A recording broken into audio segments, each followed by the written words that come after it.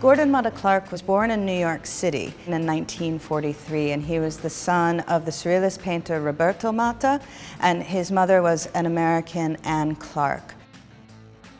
Gordon Matta-Clark ended up going to Cornell University to study architecture, and at that time they were very much studying a lot of the modernist architects and their theories, and this is something that Gordon became quite critical of. He felt that this sort of what contemporary architecture and what it was proposing wasn't actually addressing the needs of the people of cities at the time. And so though he got a degree in architecture, he never actually went to work for an architect.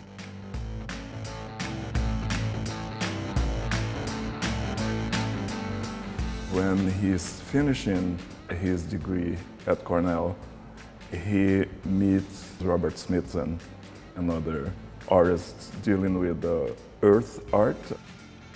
And in my view, that meeting was very important.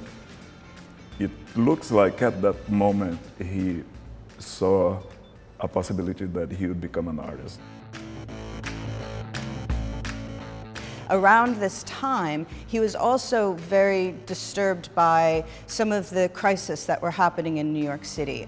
New York City was incredibly economically bereft. It actually went bankrupt in 1975, and there were a lot of neighborhoods that were in very poor condition. Probably the worst was the South Bronx, where there was a lot of abandoned structures, and Gordon was very aware of this, and he wanted to make works that were highlighting this plight of people, the failure of architecture, the failure of city planning, while also proposing, something else that could happen.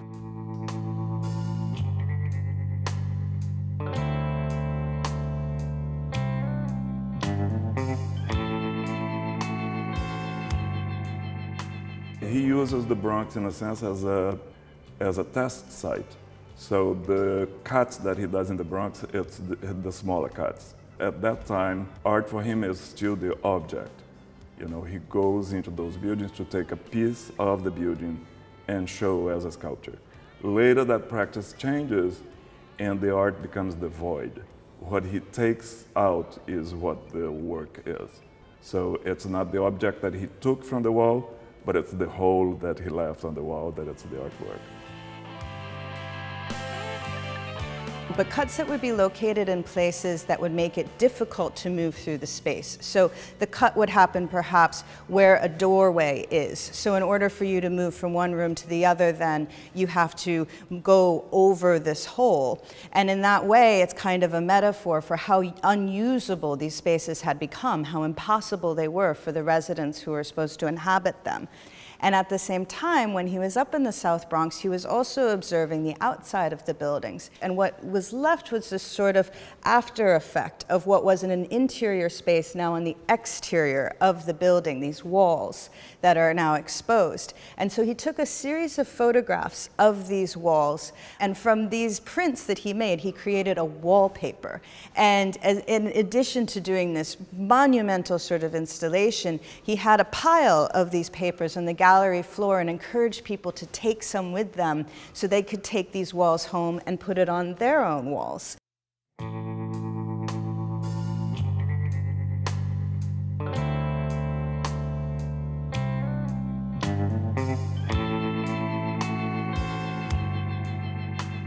I think what's so interesting about Gordon is that he never shied away from problem. He would always go to very contested areas. There was a highway, an elevated highway that had collapsed the year before. So that area in New York was basically inaccessible. Only people on the fringe, they would go there because they knew that the police didn't want to go around there. Now, it seemed that he wanted to do a park or a temple for light and water.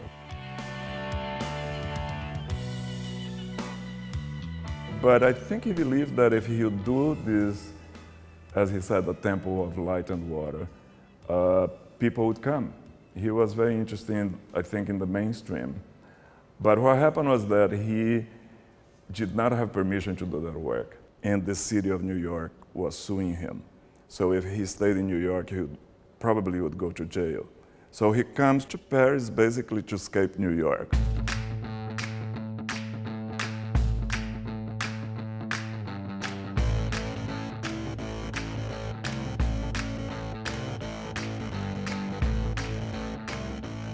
And when he comes to Paris, he's invited to do a work here.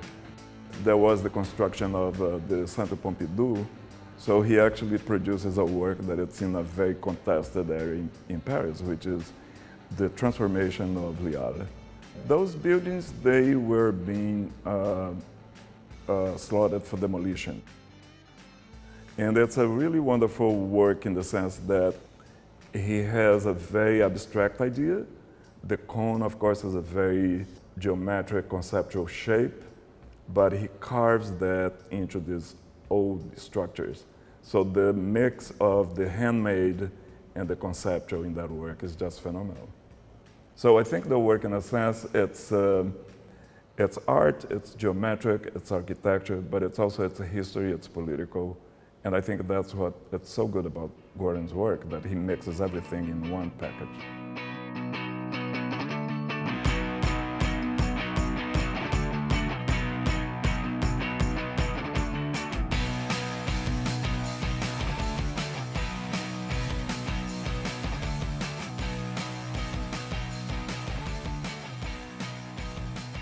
So there is a body of work by Gordon Matta-Clark that we call graffiti, and it's a really, really interesting part of his practice. He made these works in 1973, and I think we take for granted now that street art is an embraced part of art practice, but at that time in 1973, it was not seen that way. It was seen as pure vandalism. Gordon, however, when he was up in the South Bronx, he saw this graffiti, and he thought that this was fantastic because it was like the people's art form.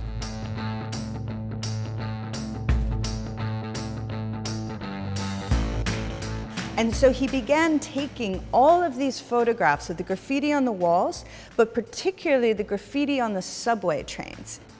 He took the photographs in black and white, and then he printed them, and then he hand painted in the color. He airbrushed in the color. And in this way, it's vibrant. It gives you that sense of the energy that the street art had.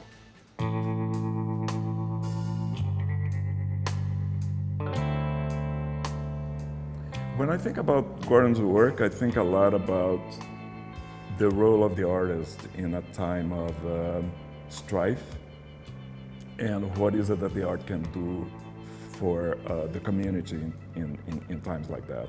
He was very interested in being out there in the city, creating situations, and bringing people together through his work. And I think it's a really wonderful model to think nowadays for young artists.